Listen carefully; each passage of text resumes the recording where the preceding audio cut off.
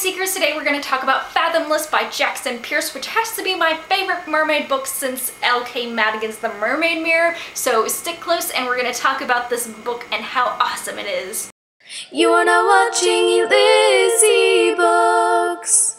So this is not the final cover. This is the ARC cover. It's, you know, paperback looking, but it has some typos, and it's not the final copy. If you need to know anything about ARCs, it's not the final draft. It's like near there, but not quite. But just as good, I would say, as the final copy. If I don't know anything about the final copy other than it's close to this one. So basically you've got Celia and her two sisters and their triplets. There's Anne and Jane, and they have magical powers, and one can see the present, one can see the past, and one can see the future, basically. And so and I think present would be like just mind reading and reading what you're thinking and stuff like that.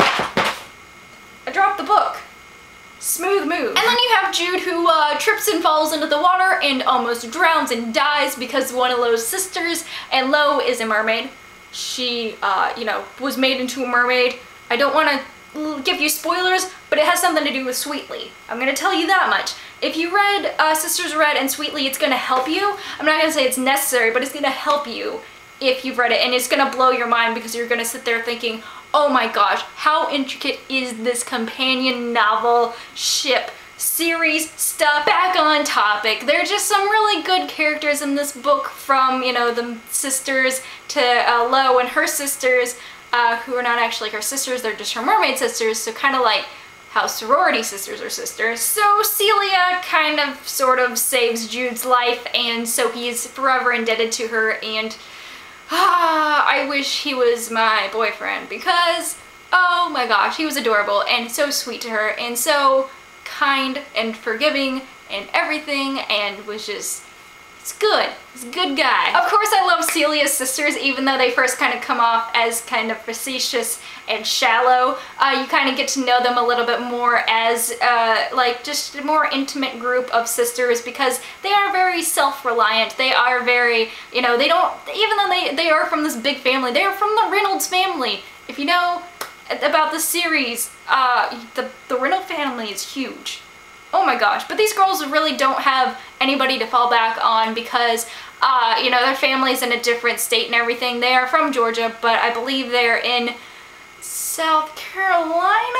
They're going to school in some small town in the southeastern United States near a beach, and just seems like a good awesome time to have, right? So basically the book is alternating perspectives between Lo, who is the mermaid, and Celia, who is the triplet magical power thing, which we never really find out why she has magical powers. She just does, or they just do, and you know, their brothers don't seem to have any magical powers, I don't think. I really haven't told you anything about the story, which is basically these three girls kind of use their powers on these guys to kind of get stuff out of it, and Celia's like, I just want to use this for good, and she just so happens to, you know, like I said, she helps save Jude, and it's because of Lo, because Lo brought him to the shore. And so, and she and Lo become friends, and she helps Lo kind of figure out who she was before, because they don't, like mermaids, once they become mermaids, they slowly and surely become just mermaids, and that's it. Like, they don't remember anything from their past, and she's like, I have this feeling that I'm this other person, and she's coming out and wants to shine, or whatever. I'm not gonna spoil who she is, but did I say this before? Sweetly. But slowly and surely, like, even though Lo is this mermaid and she doesn't really have much in the way of, like, real human aspects to her, slowly and surely she just becomes this really interesting character and somebody that I just enjoy as a character. I just really like all of the characters, like even the ones who just went crazy.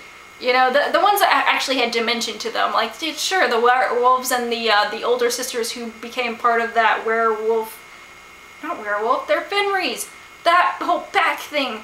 Duh. It's hard to explain because they're Fenris, and I don't really know much about the Fenri, and so basically, there's. Also, I really want to point out, I think I kind of said this before, but I really like how the sisters come together as far as Celia Anne and Jane, like how they just really come together to help each other, because Celia kind of throughout the book is like, I'm alone, I feel really alone in what how I feel about life and how I feel about my powers and things like that. She's just like, you know, I'd rather be doing things for good, and my sisters are kind of like party girls, whatever, and she feels kind of like a loner, and she's always felt like the third wheel and things like that. And it's nice to see the perspective of, or not really the perspective of the sisters, but them being like, you know, that thing of what we were always saying about we're stronger together, it's true, and we cannot live without you. It kind of ties into the part of the lore, which it's just kind of like the part of the mermaid lore, which is the girl has to have like a twin sister who dies. And then, I guess oh, that's what it is. Okay, so the two girls who are twins, one of them dies, and so basically, when you're a twin, your soul is one, but when your sister dies, your soul gets ripped in half, and that's how a girl can become a mermaid. And it made me think about Gretchen and Sweetly and how her twin sister died when she was younger, and I was like, couldn't she have become one of them? And the answer, I would think, would be yes. A resounding yes. And not gonna spoil anything, but what? My mind just keeps being blown with this series. Like, seriously, if you have not read this series, you need to do that. And I've said series and seriously so many times that you really, do it. Go and do it. And like I said, it's not necessary to read those two books before Fathomless, but if you do, it's gonna like make things a little bit easier and be like, oh, this is how the Reynolds family tree is, and that's how these people are all related and stuff, because I like to think about those things. It's not just, you know, the story and that's it. I like to think of the past stories in the whole series things. I think that's all for now, so I hope you all check out Fathomless when it comes out on September 4th, and keep reading.